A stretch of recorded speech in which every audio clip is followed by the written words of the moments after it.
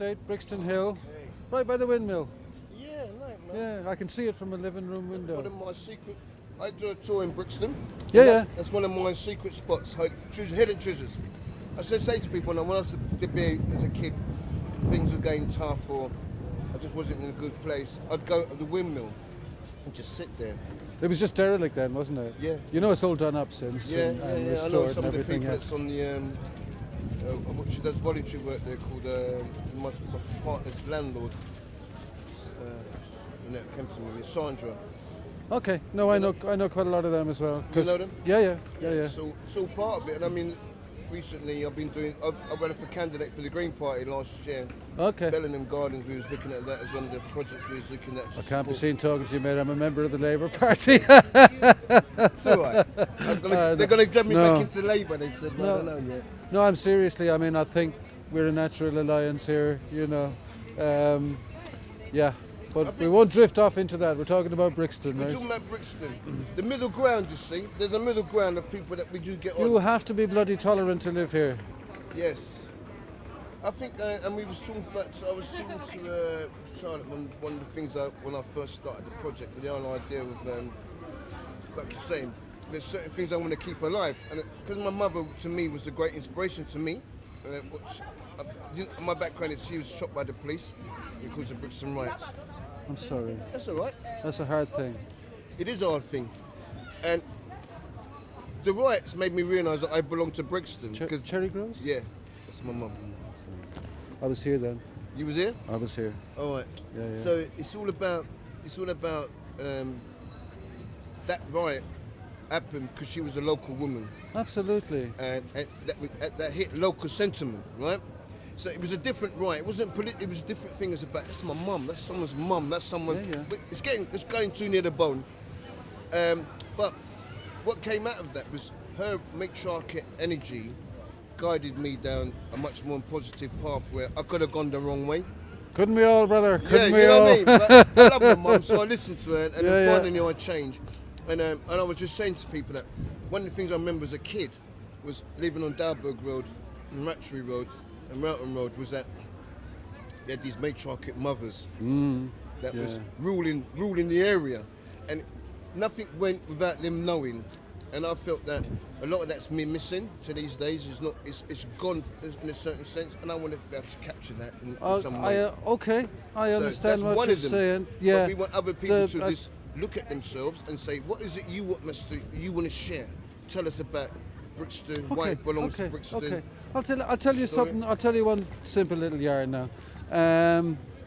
I haven't lived on my current estate for all the time I've been in Brixton, but I've been there a good few years now. And we're a self-governing estate. We're an RMO, so we run the gaff. We don't rely on the council to do it for us. And everybody that steps on there says this is the nicest council estate I have ever seen. And I'll tell you the key thing. We closed off the entire inside of it to vehicles. Okay. So all the kids run around, they run in and out of each other's houses. So people get to know other people's kids, and before you know it, you have a community. So you got back the old days, right? You didn't lock the doors. A little slice of heaven, man. Yeah. Well, no, I wouldn't go so far as to say but people don't lock their doors. But you mean that in But the we sense have- where you could... We have that old feel of a community, yeah. Yeah. I think that's the beginning of what you're saying, of belonging. Yeah, well, it would appeal to you as a green, obviously, as well. But no, it's just a simple thing can make a huge difference, just in terms of bringing people together. Yeah. And yes, I miss that. It's seeping out that feel of a street in my old neighbourhood. On the Clapham side, on my way to work in the morning, I'd be going, "How's it going there? Hey, does your mammy know you're doing that?"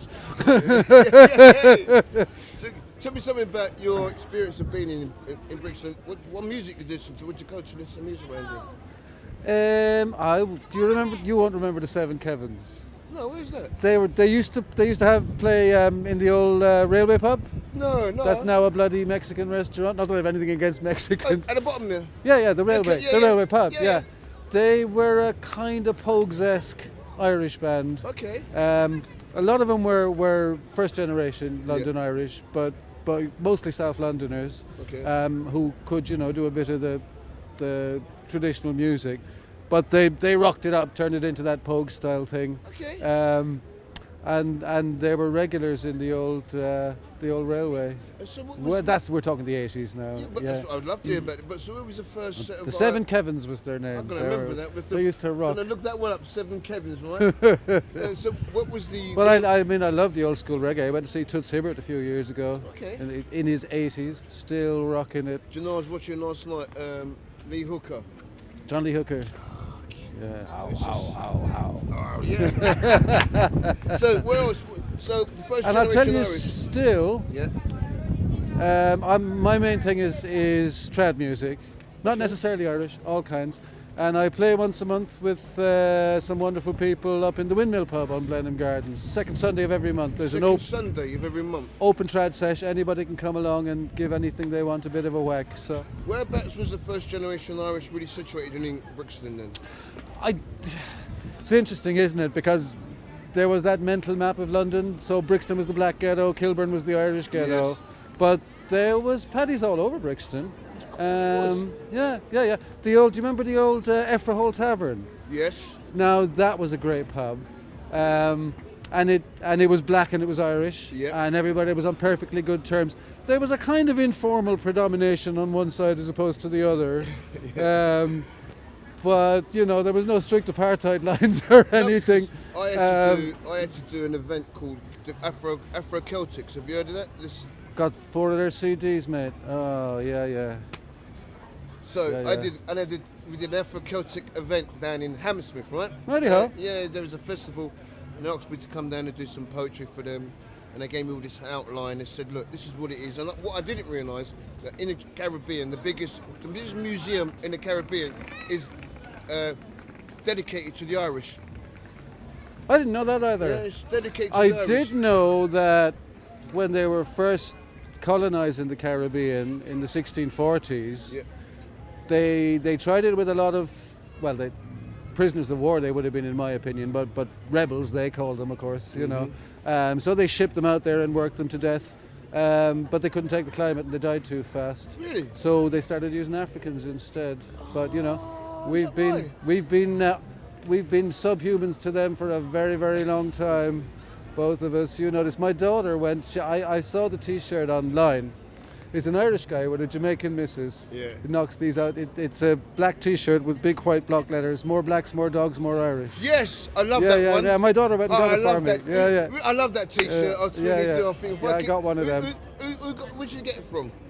I've got the guy's card. I'll have to give it to you at that'd be some point. brilliant. 'Cause we've grabbed it back, right? It's almost Absolutely. like we've grabbed that all back. Yeah, and yeah. said, "Fucking, we don't care, man. We want more. We want more." So, like I was saying, so you there's drinking spills around the Irish drinking spills. What else was going on around there with the Irish community? As I say, I'm on an estate now and I'm a council tenant, but back in the day I was involved in the short life cooperative housing movement. Okay. 70s and 80s, it pretty much ground to a halt in the 90s. The council had a lot of properties they couldn't do a damn thing with. They couldn't sell them, they didn't have the money to do them up. Yep. People didn't want to live in them because Brixton had this terrible reputation. And the old Brixton was rough enough. It was rough.